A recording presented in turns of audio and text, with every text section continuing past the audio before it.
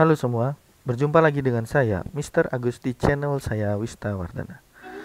Kali ini saya kembali lagi dengan review laptop, yaitu lebih tepatnya saya akan mereview sebuah laptop mainstream, yaitu Lenovo IdeaPad Slim 3i yang dipersenjatai Intel Core i3 generasi 10. Nah, untuk lebih jelasnya, biar tidak lama, silahkan simak video review saya ini selengkapnya.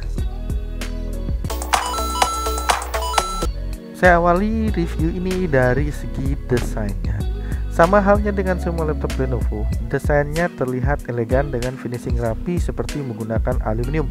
Meski pada dasarnya laptop ini masih berbahan plastik copolymer atau ABS. Logo Lenovo seperti biasa masih disematkan di bagian kiri atas cover dan terlihat pula di bagian pamres kanan bawah. Laptop ini terlihat compact dengan dimensinya berada di angka 32,7 cm dan lebarnya 22,4 cm dan ketebalannya hampir 2 cm. Laptop ini memiliki layar 14 in dengan resolusi Full HD 1920x1080 dengan refresh rate yang tentu saja 60Hz yang sayangnya panelnya masih menggunakan panel TN. Tingkat kecerahannya 250 nits dan sudah anti glare sehingga mampu mengurangi pantulan cahaya ketika digunakan di luar ruangan. Bezel layarnya cukup tipis kecuali di bagian bawah yang masih terlihat sangat tebal, padahal di sana Lenovo tidak menyematkan apapun. Untuk kamera, resolusi maksimalnya ada pada 1280x720 30 fps 16:9 dan dari sisi speaker sudah menggunakan dual stereo speaker dengan dukungan Dolby Atmos. Namun ketika saya uji suara yang dikeluarkan dari speaker laptop ini terdengar nyaring dan kurang keras, khususnya pada suara bassnya, meski sudah diletakkan di atas permukaan yang solid.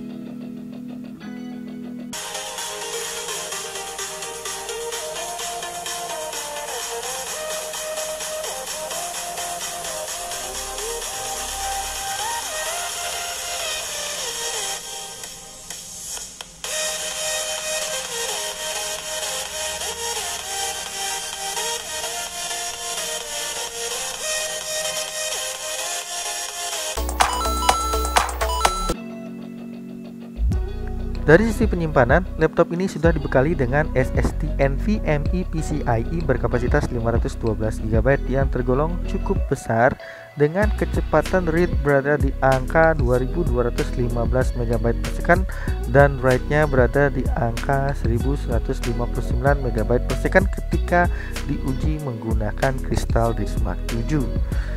At least di tahun 2022 ini kalian sudah mendapatkan SSD yang setidaknya mampu mendukung proses booting dan membuka aplikasi lainnya. Keyboard laptop Lenovo biasanya cukup nyaman digunakan, namun tidak untuk versi yang ini. Jujur saja, saya secara pribadi kurang nyaman ketika menggunakan keyboard laptop ini. Meski ukurannya tombolnya sudah pas dan permukaan daripada setiap tombol berasa seperti karet, namun feel tactile-nya tidak terasa sama sekali. Kekurangan lain yang ada pada keyboard ini adalah tidak diberikannya backlit sehingga laptop ini tentunya kurang nyaman digunakan pada kondisi gelap. Touchpad yang disematkan ukurannya cukup besar dan sudah mendukung multi-touch gesture hingga 4 jari. Permukaan touchpadnya juga licin dan cukup nyaman digunakan meski tanpa dedicated button.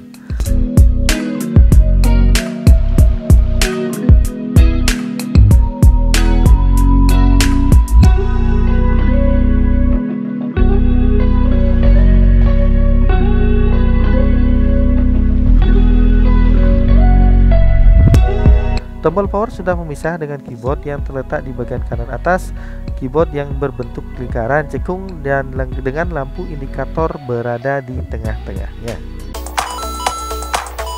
Di bagian port I/O-nya terasa kurang di mana tidak adanya USB Type-C dan Kensington lock. Di sebelah kiri ada DC-in, port HDMI, 1 kali USB Type-A 2.0 dan 2 kali USB Type-A 3.2 dan ada lampu indikator juga. Di sebelah kanan ada SD card reader audio jack combo 3,5 mm. Hanya itu saja.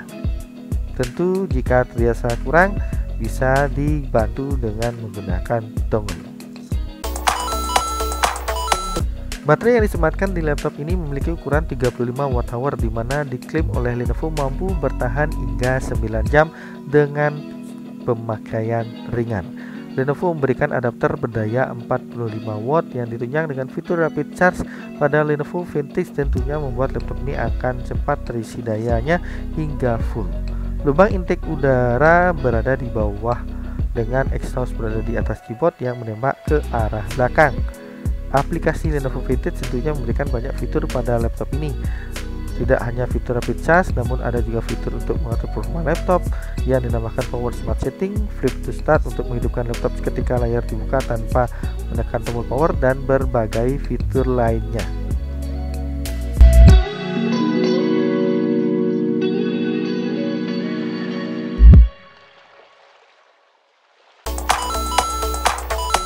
Laptop ini sudah menggunakan prosesor Intel generasi ke-10 codename Ice Lake, yaitu Intel Core i3 10110U yang masih menggunakan pabrikasi 14 nanometer, TDP 15 watt, 2 core 4 thread dengan base clock berada di 2,1 GHz dan boost clocknya berada di 4,1 GHz.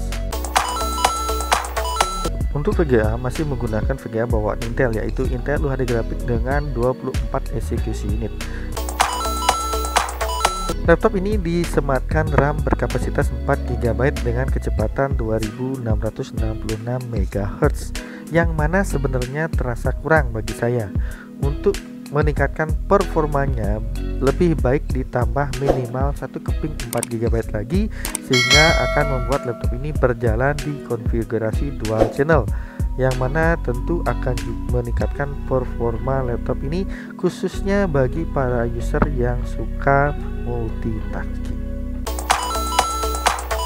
Bagian yang paling sering dicari bagi para penonton adalah di bagian performa. Jadi laptop ini sudah saya uji menggunakan Cinebench R15 atau pengujian sintetis, yang mana menghasilkan skor single core di angka 147 CB dengan skor rata-rata saat mode extreme performance dan dalam keadaan dicas berada di angka 356 CB. Angka ini sudah lebih cukup baik, dan malah anehnya ketika saya uji laptop ini dan tanpa dicas tapi menggunakan mode yang sama, skor yang didapat rata-ratanya menjadi 376 CB atau bisa dikatakan meningkat 5,6% dengan settingan sebelumnya yang saat dicas.